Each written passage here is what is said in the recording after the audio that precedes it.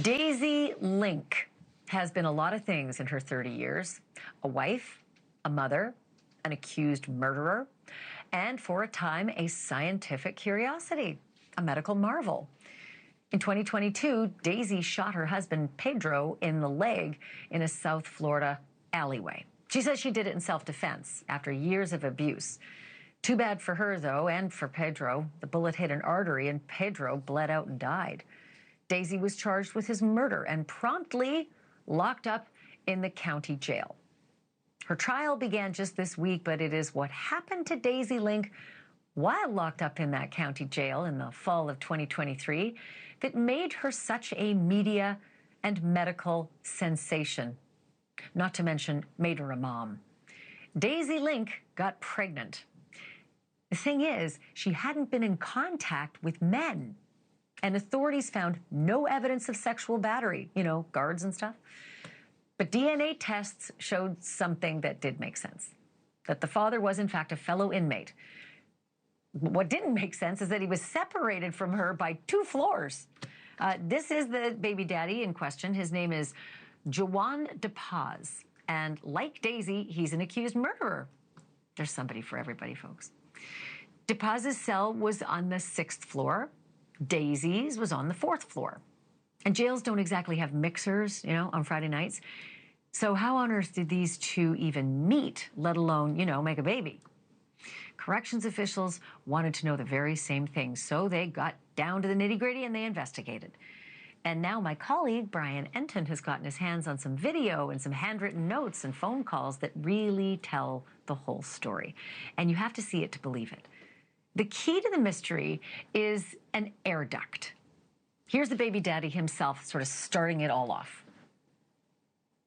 Well, I know her for a little minute, you feel me? So we was talking, back and forth and... How were you talking to her? Nah, through the vent. Through the vent? Yeah. Okay.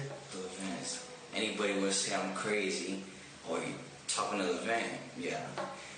And then we was talking, and then we got to know each other better, and then, I'm like, damn, I really want a baby, because, I got a murder, and I might never go home, so... So, I'll pick it up from there. The two not only talked through the vent, but they ended up swapping notes through the vent as well.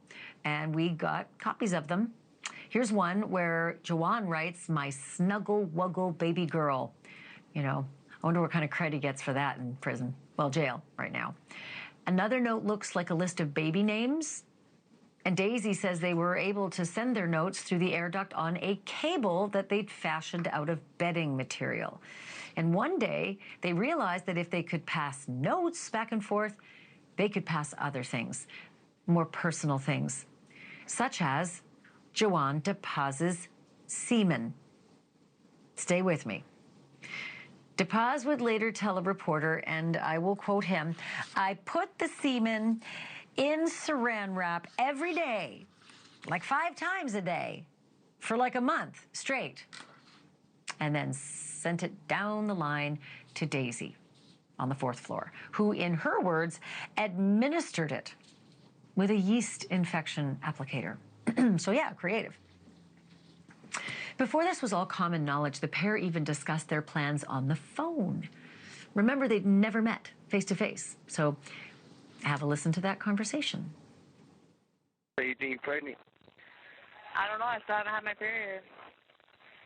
You think that work? I don't know. If probably could, I'm telling you, I was supposed to have my period. I don't know. Damn, babe, have you been on it for real?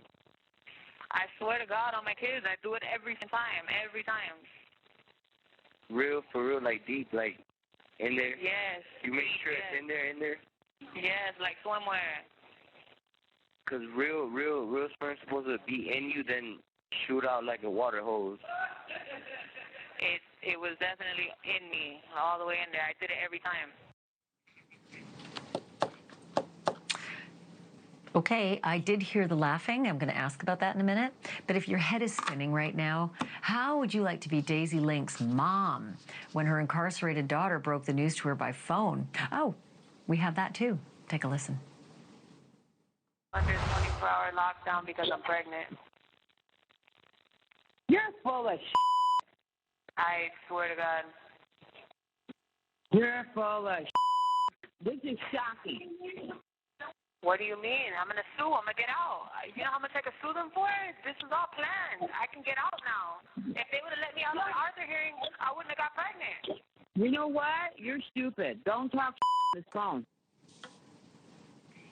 You catch that last part? Not the one where she says you're stupid. She says, don't talk something on this phone. Shit. Whether this baby was a love child or a miracle or both, mom-to-be was also hoping, it seems, that it would be her get-out-of-jail-free card. P.S. Daisy and Joanne's baby girl was born in June of last year and is now living with Joanne's mother. And all of this brings me to my next guest, Tony Tomas. He's Daisy Link's attorney. So glad you're here with me, Tony. I just can't believe that they pulled this off. I know that she's on trial for murder right now, but does this pregnancy and the birth of a baby affect the murder case at all? Hi, Ashleigh. No, it doesn't. It's not relevant to this murder case at all, which is strange because I understand this is the reason why the public took an interest in it, but it has nothing to do with the murder. So it's I don't expect it to come up at all during this trial.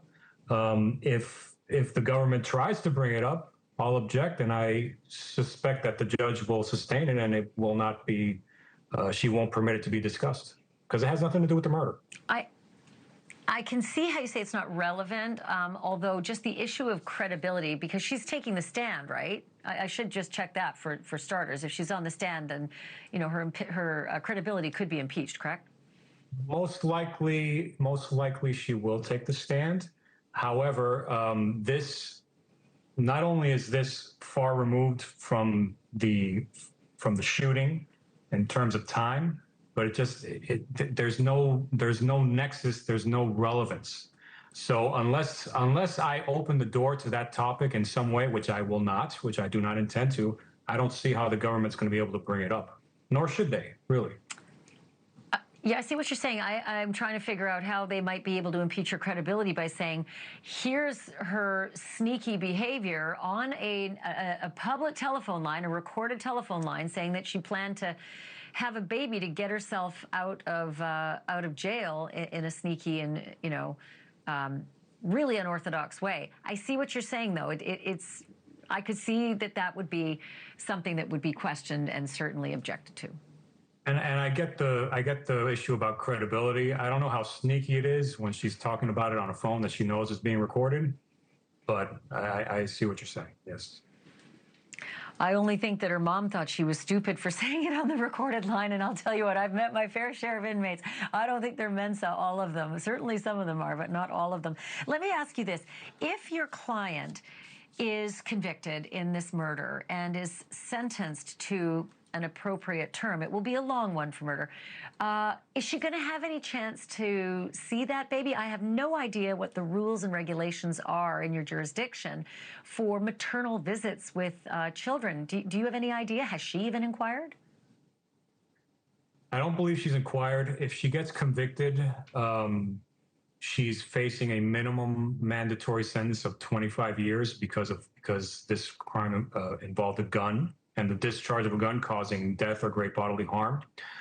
If she's convicted of the lesser included offense of manslaughter, there would not be a minimum mandatory term, but she still would be facing up to, in this case, unusually up to life in prison because of an enhancement that applies to her. By the time she would get out, assuming that she's convicted and a minimum mandatory applies, the child will be an adult already. Now, whether or not something can be arranged for there to be visits while she's in jail, that's certainly possible, but that's something that they would have to figure out in the event that happens. Yeah. I have just one last quick question about the murder trial itself and the strategy here. I know that she was seen on body cam crying after the shooting. She pretended not to know what happened at first, but the prosecution say that was a lie. Is that going to be the hardest uphill climb for you? Certainly her behavior afterwards and not being candid and fully forthcoming with the police is going to hurt. But luckily, we have a lot of evidence showing not only that the victim in this case was in a very belligerent and dangerous state, but he had viciously attacked her just 5 days before, split her head wide open, pistol whipped her, blood everywhere, and she was trying to leave.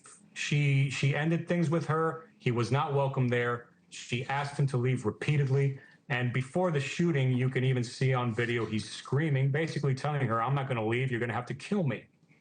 So I think there is an extremely compelling case of self-defense here. And that's what, and I hope and expect that the jury will see that and they'll acquit her. Tony Tomas, you got to come back again. Will you do that? Anytime. Just, you know where to find me. Thank you for watching. Subscribe below and download our NewsNation app right now on your phone, and you will get fact-based, unbiased news for all Americans.